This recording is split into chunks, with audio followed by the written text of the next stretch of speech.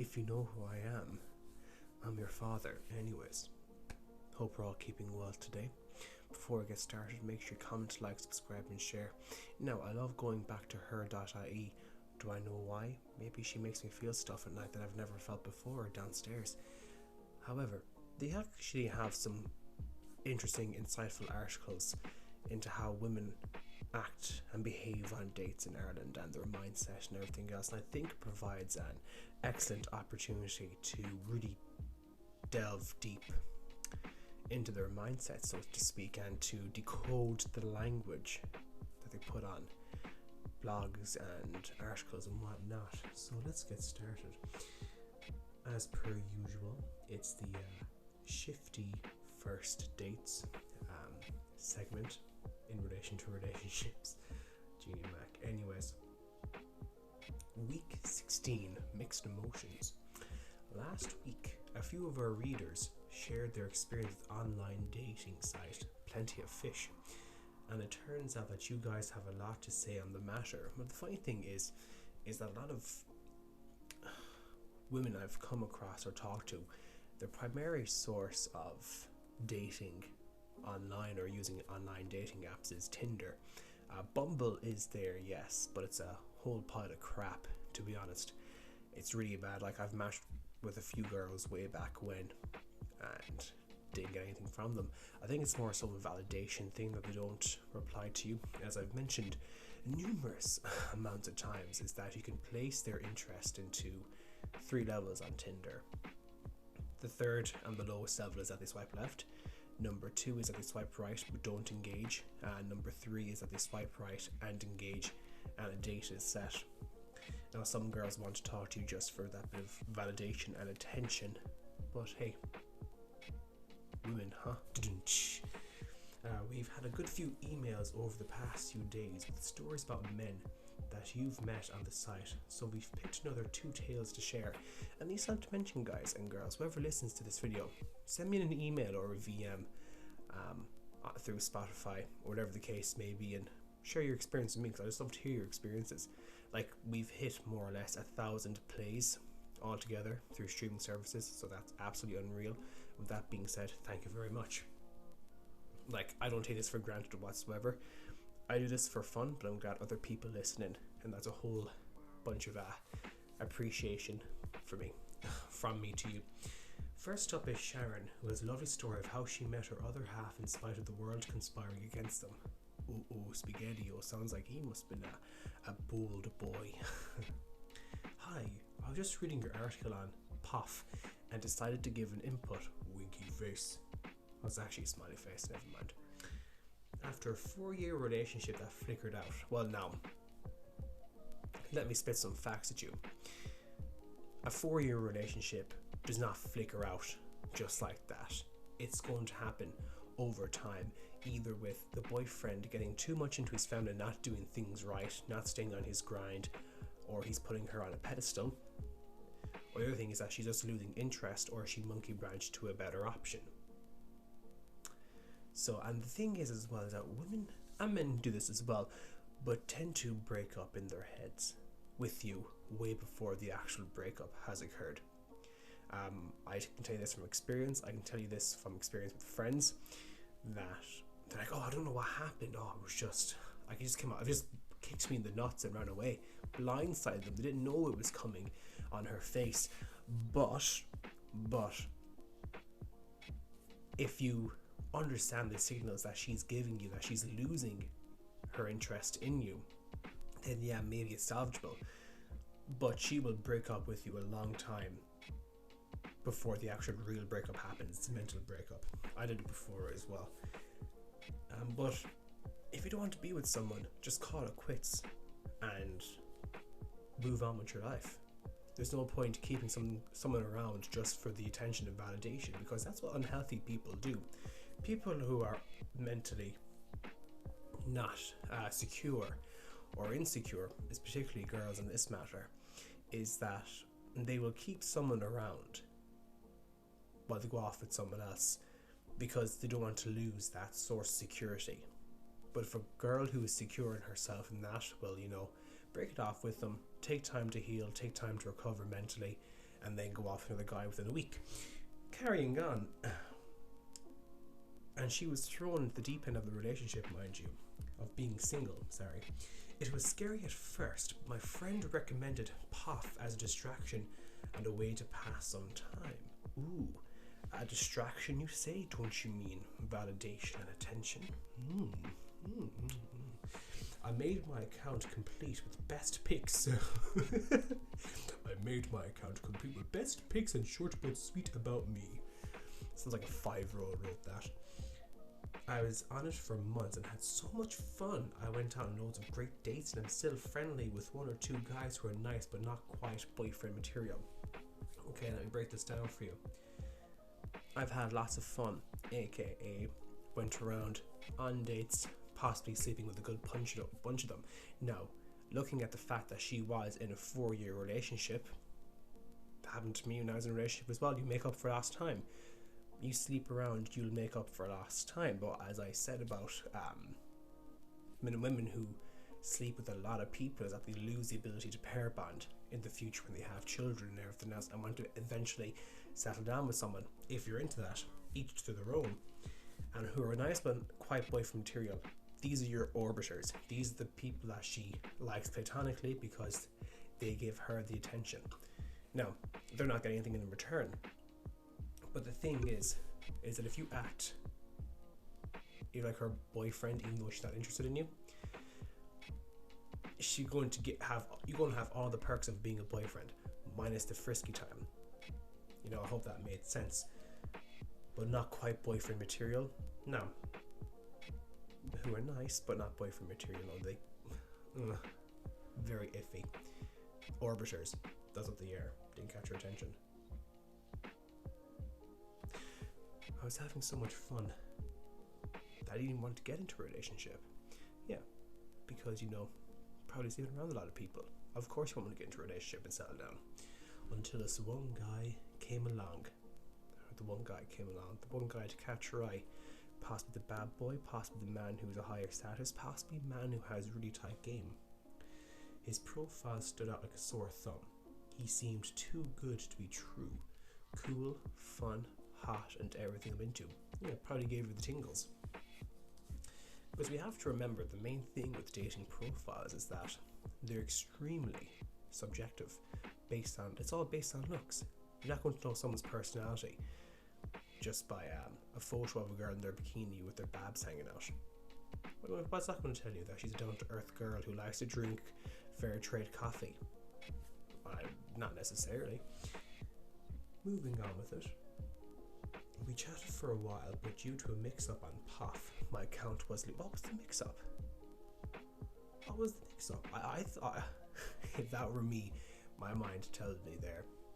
Few lads are not happy with her, reported her account because they're butthurt, because she didn't show interest in them. I was gutted. I wouldn't have a chance to swap Facebook details with this guy, and although I tried searching his username, I didn't have any success. That's extremely weird, because women have extremely good investigative skills when it comes to Facebook and searching for lads. Give her a strand of your hair, maybe a toenail clipping, and a whiff of a fart from a jar, and then she's on a roll. She'll find you on Facebook and knows your entire family history. Months later, I got an email from POF to apologise for the mix-up, and my account was reinstated. Ah, bless. Or what you could have done was have a different email address, use a different username, have the same pictures, and then possibly find your man again. Easy as. Wowzers. I'd forgotten about my guy, but a couple of days in, I stumbled across the profile again. I messaged him and he remembered me straight away. Oh, that's a love story. I love that kind of stuff. I'm feeling good inside. Oh, my penis erect. We added each other on Facebook and everything checked out. When he asked me on a date, I leapt at the chance. Ooh, you know, probably gotta get some good digging stick. Tissue butts.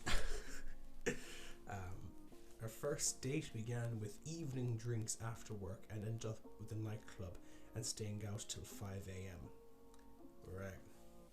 I never clicked with anyone so much in my life. What that's telling me is, he can play a good game. He can play the game well. He's got a tight game. He's good looking. Apologies. He's got a lot going for him. Least not to mention, he got her in the feels. She was having the butterflies. She was having that experience because she was invested in him emotionally. Where were we? Yes. He kissed me goodbye and sent me home on a taxi. Then I texted him to make sure I was home safe. Pretty sure it's as close as you get to love at first sight. No, it's not. That's physically impossible. Because that is not the case. Boy. A woman who says she falls in love with you straight away, it's not necessarily love, it's lust. And a major red flag would be if that she tells you after 2 weeks to a month of dating that she's in love with you. Red flag, man. Absolute red flag. Something that starts as quick fizzles out just as fast. Moving on. Now to this day, we are in a long-term relationship with our own place, 2 cats, and a very happy life. Oh, fair play. Fair play. Maybe she wanted to settle because she was being annoyed with all the bad boys. Who knows? We click so well that I can't imagine him not being in my life. He's the sweetest, most thoughtful guy ever. I'm actually so grateful I joined POF. Definitely give it a try. You never know. I've heard plenty of bad experiences, plenty of fish. Of course, the path of true love doesn't always run so smoothly. And Beth's experience that made us angry with a man that we've never been in quite some time. The words absolute tosser were invented for this Egypt. We got a nice little gif of Tower Banks. I was recently reading your articles about the bad dating stories. I thought I'd share. I'll take you back a few years when I was fresh off a long-term relationship. You know the type where nothing can break you. You feel like it was meant to be. With a sickly cute couple in the corner. Well, that was us until it wasn't. Nothing kind of gets me more than those lovey-dovey couples that are way too lovey-dovey. Ugh. It's kind of disgusting to look at, to be honest. Oh no, you snookums. Oh no, you snookum. Feck off that crack. One day while trying to become the next Juliet Childs, I have no idea who that is. I heard the flutter of a letterbox and when I picked up the envelope, I realised with dread that was a wedding invitation that read Beth and guest. Where would I find a +1? As I said, stroking my chinny chin chin. I recall a newsletter had been on telly discussing her online. A newsreader, not newsletter. I recall a newsreader who had been on telly discussing her online dating experiences. So 2 hours later, I had the perfect profile, including a picture of me smiling and looking happy, even if it was 2 years old. And see, that's the thing. I don't know why you would include profile pictures that do not look like you, or see you look really slim 2 years ago, but then you've put on plenty of weight. I don't know why you've done that, because if that were a case, I would come across a girl who looks extremely good looking in a profile picture. I find that profile picture was from 2 to 4 years ago. That's telling me that she's not quite honest and sincere. That's a major red flag. And it's not necessarily needed as well, because what's that going to say in the long term if you end up getting into a relationship with her? Not building on that fundamental foundation of sincerity, integrity, and trust. A fun-filled description of myself and my hobbies, and an inviting tagline: WAP, wide open. I don't think so. The messages started coming and before I knew it, I could barely keep up. Yeah, because they're all simping all over you. Jesus Christ. One guy really caught my eye. He was tall, sporty, great job, ambitious, funny, and handsome. See, all that checklist like I've discussed before. Tall, sporty, he has that good body. Great job, chick-ching, moolah, big money dollar. Ambitious, funny. Ambition means he's going to try and strive for bigger things, adds more security to her aspect of hypergamy. Funny and handsome. He's an all-in-one package. What more could a woman ask for? Seems like this guy is high value enough man. I was thrilled and we met several times. He lived about an hour away, so longer dates were less manageable. However, I did visit his home and meet his friends. Wonder how long that was into it. I can't believe my luck. I had said to my friend over Skype, he's just amazing. To me, online dating was a best invention, but she was still suspicious. Ooh. And you see, women who kind of get suspicious or jealous of their friends when dating a guy kind of will become jealous. And why is that? One thing is, I've come to learn from experience that if your girlfriends or a girl you're dating, if her friends don't like you, it's either one, they're jealous because they want what she has. Two, they don't want to lose their friend because that's a source of validation and attention gone. And three, her friends want you. But it depends on the context of it, really. Even it includes if you've met her friends and how her friends interacted with you while with them and everything else. It's layered. It's like ogres have layers. Moving on. There's always the awkward moment in online dating where you can't be sure where you stand. You log on to read your mail. It's a little green dot beside your guy's profile picture. He's online. You feel cheated, hurt. How could he? Then you realise, oh wait, I'm online too. Cue the talk. Well, look. Women do this all the time. They will not reply to your messages straight away. And the mobile phone is a way in which she can test you. Oh, it really is. Trust me on this one. That if you reply too quick after a message, so say if she sent you a message, you exchange back and forth, and then she sends you a message 3 hours later to reply, and then you reply to her in a space of 5 minutes. That's subconsciously communicating to her that you have nothing else going on in your life, not a sausage, and she doesn't want that. It's a means of a test, and she see how you will react. Like, oh, why did she so long to text me? If she says, oh, I was out with a friend, she really wants it, because let's look at it this way. Does a woman's phone ever die of battery? No, it doesn't. Carrying on. So we had the talk, and both agreed we were now an item. Okay, now I want to know, did she bring it up first, or did he bring it up? Because she should be the one bringing this kind of thing up. We said goodnight, and with a kiss goodbye, agreed to delete our profiles. I went to bed that night with a smile on my face and a vibrator in my vagina. Another month passed with more lunches and strolls before my birthday. Guys, never do lunches for dates, please, and thank you. It's meant to be fun. Going on lunch dates kind of comes across as a friendly thing, brotherly love. Step bro, what are you doing? Which we celebrated with a picnic by the river and a framed picture of us on one of our first dates. Ah, bless. If that were me, I would not get a framed photo, because way back when I was on multiple dates with multiple women, not a good thing to do. Actually, no, it's fine to do. Look, if I date multiple women, go ahead. More power to you. He stayed over a few times, usually on a Friday, but rarely on a Saturday, as he had sporting commitments on a Sunday. It was all going great, or so it seemed. Valentine's Day was on the way, and I decided I would really push out all the stops since I spent the previous year in a bubble bath, sipping with tears streaming down my face, listening to Patsy Cline's Crazy on repeat.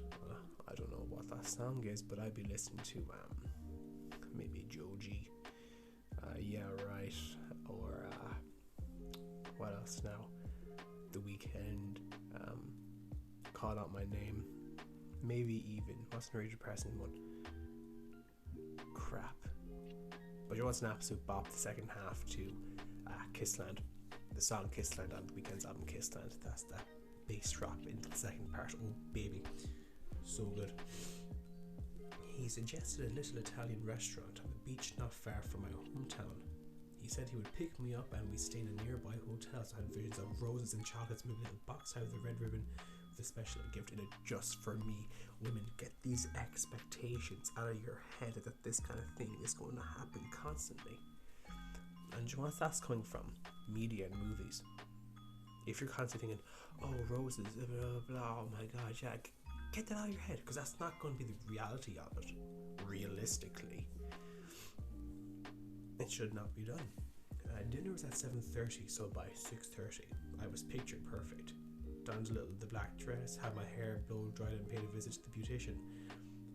I was ready for the night of my dreams. Oh my god, I have a belt and I'm not afraid to let myself hang loose. By 7 p.m. I was getting a little bit worried. We are running late for dinner, and I hadn't texted all day. At 7:10 I tried to call his mobile, but it was ringing out. So I sent a quick text saying, you haven't forgotten me, have you? I can see where this is going already. I haven't read this, but I guarantee it's with someone else. There was no reply. 8 p.m. arrived, and my head was swimming. Had I got the date wrong? Had we said Saturday instead? Had I missed a text or call to cancel? I was torn between sadness and humiliation. How could someone do this? Oh no. How could someone just literally fucking bailed? My flatmate was cuddled up on the couch with her boyfriend, and they invited me to share their takeaway. When she saw I was standing still at the doorway at 9 p.m. No text, no call, no explanation. I woke 2 days later to the alert of a new message. I've met someone else and you will too one day. Take care. Oh my god. That is the definition of an absolute player. Gee, man, that's quite ballsy to do, my man. Pump and dump, as they say. And he did it. Turns out he had one new message: online dating. It's that easy. I'm thankful to say that after endless dates, I did meet the man of my dreams online, and now we're blissfully in love 1 year on. But boy, did I have a date that many a fraud before I found my prince. Yikes. Right. What do we have here? We had a bad boy who did not give 2 flying frisbees about her one. The black dress, beautician, everything. Holy moly. I really like this one, to be honest. It's quite funny. But look, it goes to show men can do it too. They can flake on ladies, they can be gone and never be heard of again. And women have an awful habit like this to men. Women just ghost men. And like I had in my previous videos, that there is a dating spectrum into how when ghosting is allowed or when to go for commitment is allowed.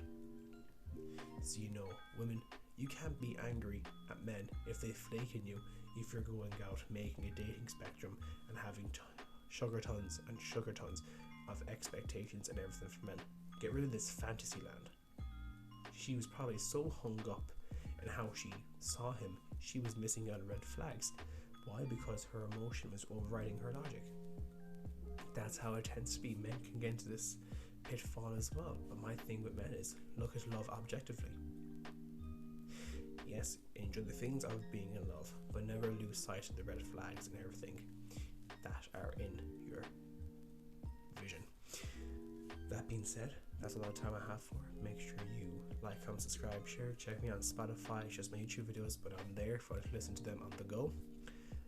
Take care. God bless. Stay safe. Don't be a stranger. Until next time.